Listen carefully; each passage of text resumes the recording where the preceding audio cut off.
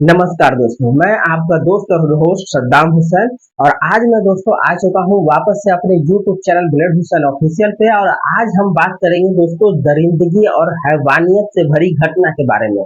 जी हाँ दोस्तों, दरिंदगी और हैवानियत से भरी घटना क्या है। आरजी कर मेडिकल कॉलेज कोलकाता में जो डॉक्टर ट्रेनी डॉक्टर के साथ जो हादसा हुआ है, जो एक तरीके का जो रेप हुआ है, उस रेप एंड मर्डर केस के बारे में हम बात करेंगे। पूरी तफसील से हम बात करेंगे, तो वीडियो को एंड तक देखें ताकि आपको हर एक चीज समझ में आए। इस केस का क्या पहलू है, छोटी सी चीज से लेकर बड़ी सी चीज तक, पोर्ट्रेट से लेकर अभी तक जो बेसिकली क्या एक्शन हुआ है, वो सारी चीज हम अपने इस वीडियो में बात करेंगे। साथ ही साथ हम आपको ये भी बताएंगे कि अभी तक भारत में जो रेप का रेट रहा है, वो ईयर बाय ईयर कितना इंक्रीज हुआ है और कितना रह सका है। तो वीडियो को बिल्कुल भी स्किप न करें, लास्ट तक बने रहें। और चलिए दोस्तों, तो अब हम बात करते हैं आज आरजीकर मेडिकल कॉलेज के ट्रेनी डॉक्टर का जो रेप हुआ है, उस रेप के सिलसिले में अभी तक क्या एक्शन हुआ है कोलकाता पुलिस और सीबीआई के द्वारा, और क्या अभी तक जैसे डॉक्टरों का जैसे प्रोटेस्ट रहा है, किस तरीके का अब जैसे अभी तक जैसे ये मार्केट में गहमा गहमी रही है, उस चीज के बारे में अब बात करते हैं दोस्तों।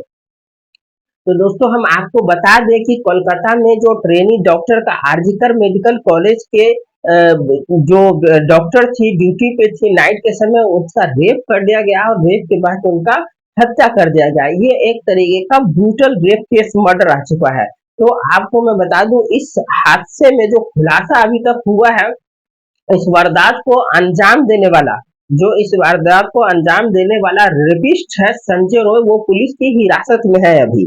लेकिन उसको अभी सीबीआई के पास जो अभी तक की लेटेस्ट जानकारी है, उसके अकॉर्डिंग सीबीआई के जो इसे रिमांड पे इसको सौंपा गया है, और इस बंदे का जो इसे मेडिकल टेस्ट हुआ है, जैसे मेडिकल एग्जामिनेशन होता है इसमें, वो चीज करने के लिए वहां पे सीबीआई को सौंपा गया है।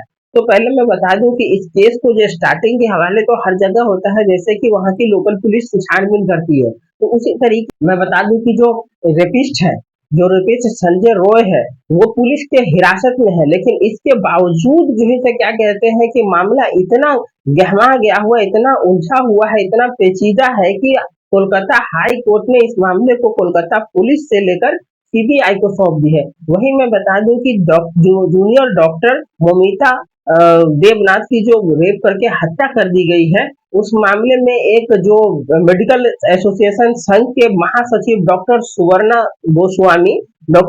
गोस्वामी, जो कि एक सनसनीखेज खुलासा किया है दोस्तों।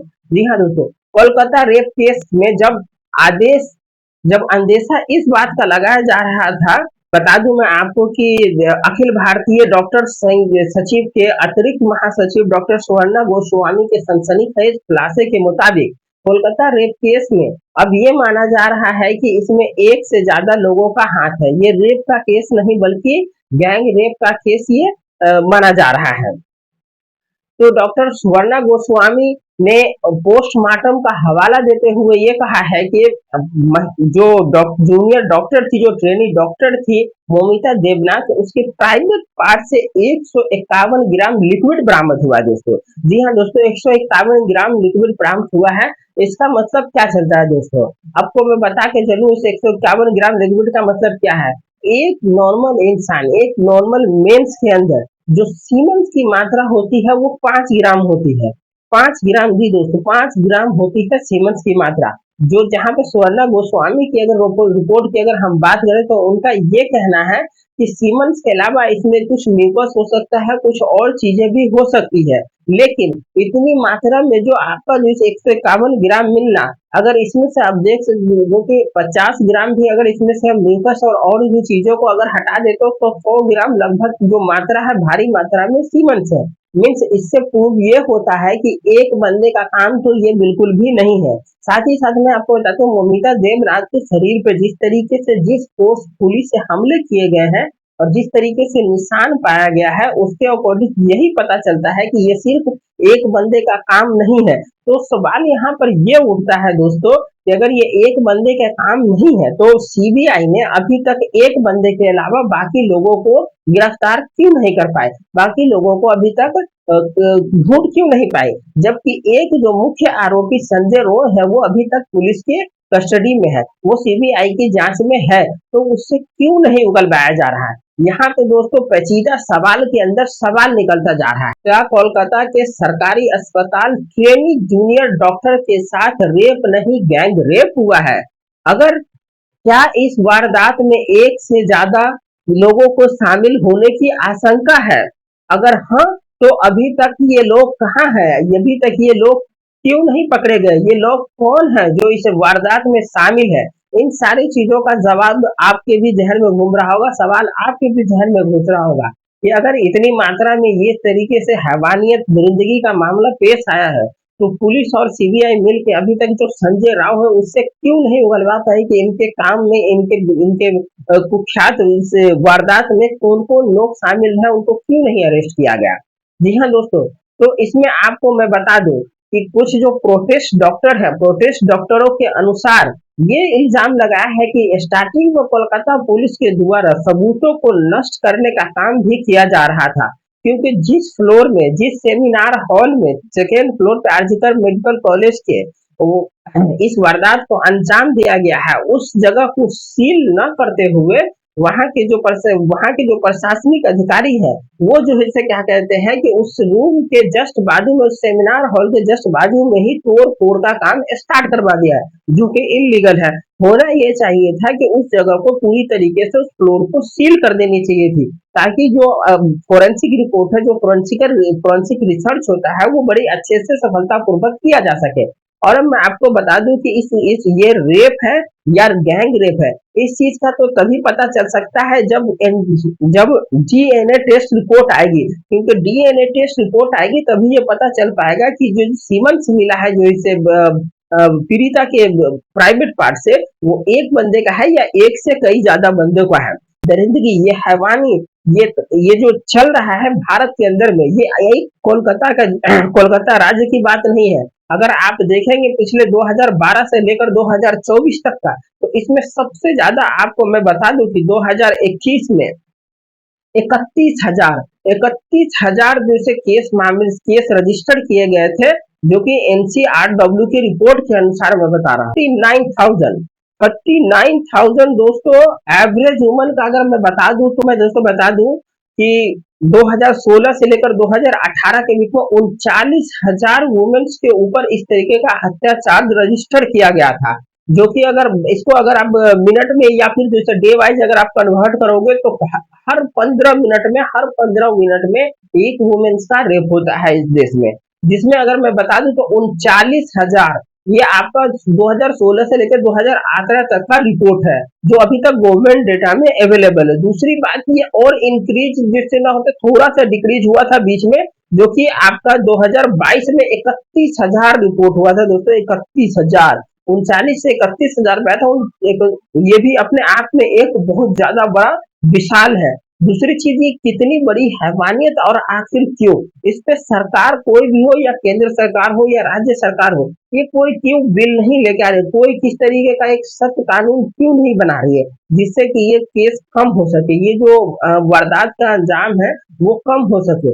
या ऐसा कब तक होता रहेगा कि जो हमारी बेटियां, हमारी बहनें जो है, वो इस तरीके की दरिंदगी का जो इसे शिकार हो पाएगी? आखिरकार एक ये सोचो दोस्तों कि एक ये हॉस्पिटल में एक डॉक्टर जो ड्यूटी के दौरान है वो सेफ नहीं रह सकती है, तो फिर आपकी माँ बहनें, हमारी माँ बहनें अगर कहीं पे नाइट ड्यूटी में है या कहीं पे डे ड्यूटी है, अगर वो अकेले है ऑफिस में, तो वो सेफ कैसे रह पाएगी? जब कोई अपने घर में ही सेफ नहीं हो पाएगी, जब कोई अपने दफ्तर में सेफ नहीं हो पाएगी, ऑफिस में सेफ नहीं रह पाएगी, तो फिर वो रोड पे चलते हुए, रात में लेट नाइट निकलते हुए, या कहीं से वापस आते हुए कैसे वो सेफ रह पाएगी? क्या ये बहुत बड़ा सवाल नहीं है हमारे प्रशासन पे? क्या ये बहुत बड़ा सवाल नहीं है हमारे सरकार पे? क्या ये बहुत बड़ा सवाल नहीं है सीबीआई पे? इस तरह के करना चाहिए। क्या इस देश में एक निर्भया जैसा जो एक्ट बना था, उससे भी कठोर एक्ट आने की जरूरत नहीं है? ये बहुत बड़ा सवाल है दोस्तों। तो इसी सवाल को लेकर अभी हम और भी बताएंगे आपको कि 2022 से लेकर 2024 तक किस तरीके का रिपोर्ट हुआ और किस तरीके का आंकड़ा हुआ है। रेप के बारे में आप जानता हो, चाहे वो उन्नाव केस हो, चाहे वो बिल्किस बानो का केस हो, चाहे वो अभी फिलहाल जो अयोध्या में एक नाबालिग लड़की के साथ दुष्कर्म का मामला हो, या फिर दिल्ली के जैसे दुष्कर्म का मामला हो, ये कई सारा अलग अलग देशों, अलग अलग राज्यों में, अलग अलग जगहों पे कई कई तरीकों से जैसे रेप का मामला आता है दोस्तों। जो कि एक बहुत बड़ा संगीन अपराध है। इस अपराध पे कंट्रोल नहीं होता और जब भी आप देखेंगे रेप का मामला आता है तो वहां सरकारें चुप हो जाती है। चाहे वो अभी जो फिलहाल में घटना अयोध्या में हुई थी जिसपे समाजवादी पार्टी के कार्यकर्ता ने एक नाबालिग से दुष्कर्म किया था, उस पे अखिलेश यादव, प्रियंका गांधी, जो भी वहां के सपा के कार्यकर्ता और कांग्रेस के सारे चुप्पी साधे हुए थे। सेम इसी तरीके से ममता बनर्जी भी जो है कोलकाता में इस आरजीकर मेडिकल कॉलेज के जो जूनियर ट्रेनिंग डॉक्टर के साथ वारदात हुई है, दरिंदगी हुई है, हैवानियत हुई है, इस पे चुप्पी साधे रही है। अब कुछ समय के लिए उन्होंने प्रोटेस्ट में, आपने देखा होगा कि प्रोटेस्ट में आके शामिल हुई है और इस पे आवाज उठाया, लेकिन ऐसा क्यों और कब तक होता रहेगा कि सरकारें इस संगीन जुर्म, संगीन अपराध पे चुप्पी साधेगी और इसके लिए कोई भी कठोर कार्रवाई नहीं कर पाएगी। तो दोस्तों मैं आपको बता दूं इस चीज को लेकर, जैसे कि आप किसान आंदोलन देखा आपने, सीए कानून के खिलाफ प्रोटेस्ट में शामिल लिया, तो मैं आपसे गुजारिश करूंगा कि आप भी इस प्रोटेस्ट में एटलीस्ट कम से कम शांति पूर्वक से डॉक्टरों का सहायता दे, डॉक्टरों से को मजबूती दे ताकि वो अपने इस लड़ाई को लड़ सके, जो उनकी मांगे हैं कि उस मांग को पूरी हो सके, क्योंकि सेफ्टी हमारी भी, हमारे बहनों की, हमारे बेटों की भी सेफ्टी जरूरी है और आपकी भी। क्योंकि जिस तरीके से आप बैड टच गुड टच के बारे में अपने लड़कियों को सिखाते हो, स्कूल में बताया जाता है, घर पे बताते हो, उसी तरीके से जरूरत है कि आप अपने लड़कों को भी ये चीज बताएं। क्योंकि जब तक दोनों शिक्षित नहीं होंगे, जब तक इन चीजों को बताया नहीं जाएगा, तब तक इन चीजों पे कंट्रोल नहीं होगा। क्योंकि रेप के रेशियो में अगर आप देखोगे तो भारत बहुत ऊपर है पूरे वर्ल्ड में इस चीज के बारे में। अगर इसमें से अगर मैं आप रेप के किस्सों के बारे में बता दूं तो चलिए एक आंकड़ा मैं आपको बताता हूं 2021, 2022 और 2023 का, कि कितने रेप के आंकड़े बढ़े हैं और कितना किस साल में आया। तो दोस्तों मैं आपको एक बता दूं डेटा, आप देख रहे हो हमारे स्क्रीन पे, एनसीआरबी के रिपोर्ट के अकॉर्डिंग, एनसीआरपी के रिपोर्ट के अकॉर्डिंग 86 रेप डेली होता है, 86 रेप डेली होता है और 49 ऑफेंसिव जैसे वुमेन्स के जैसे केस रजिस्टर होते हैं। ये 2021 का है, सॉरी 2021 का रिपोर्ट है, ये पर आवर्स की बता रहा हूँ, मतलब हर घंटे में इतना जैसे रेप हो रहा है, ये 2021 का है। जिसमें अगर आप देखोगे 2021 में तो सबसे ज्यादा राजस्थान में 6,337, वहीं आपको बता दूं मध्य प्रदेश में 2,947 मामले साथ हुए। महाराष्ट्र हो, उत्तर प्रदेश हो और साथ ही साथ इसमें दिल्ली में भी रिकॉर्ड 1250 रेप के सामने आए हैं। ये 2021 के एनसीआरबी का डेटा है ये। अब मैं आपको ये नहीं बता रहा हूँ कि मैं अपने तरीके, एनसीआरबी का मतलब गवर्नमेंट ऑफिशियल का ये डेटा है जो कि 2021 का है। क्या हैवानियत भरी हुई है, किस तरीके का हैवानियत भरा हुआ है। अब इसमें हम ये दोष नहीं दे सकते हैं कि लड़कियां ऐसा ड्रेस पहनी है, वैसा ड्रेस कैसा भी कर सकती है, उसकी आजादी है। बट अपने आंखों की, अपने दूरबीन जो अभी देखने की होती है उसको भी संभालना बहुत जरूरी है। क्योंकि जैसे जिस तरीके से घर में आपकी बेटी है उसी तरीके से दूसरी की बेटी भी रोड पे निकलती है, दूसरी की माँ बहन भी रोड पे निकलती है। तो आपको अगर उस तरीके से देखोगे तो ये मामला कंट्रोल नहीं होना है दोस्तों, तो संभल जाए। और आप सभी कोशिश करें कि इस वीडियो को शेयर करें और क्या कहते हैं कि जागरूकता फैलाएं। National Commission of Women's NCW और एनसीआरडब्ल्यू के जो इस रिपोर्ट के अकॉर्डिंग 28,811 कंप्लेंट जो कि 2023 तक आए हैं इस मामले में, जो कि आप देखोगे आकलन तो पर मिनट मतलब 15 मिनट में हर एक लड़की या औरत का, नाबालिग का रेप होता है इस देश में।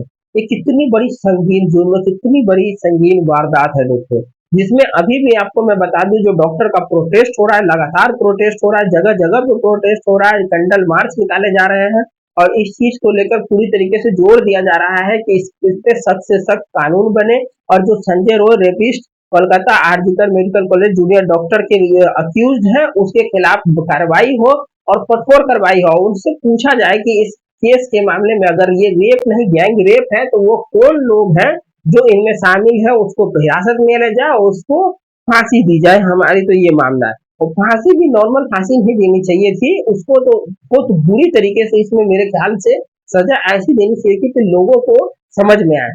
और ये जो रेप का जो मामला है ना, हर देशों में अलग, हर राज्यों में अलग तरीके से, हर राज्यों का अलग आंकड़ा है। आपने को हमने बताया किस तरीके से है, इन सारे राज्यों में उत्तर प्रदेश में 55% पाया गया, 55% अकेले उत्तर प्रदेश में।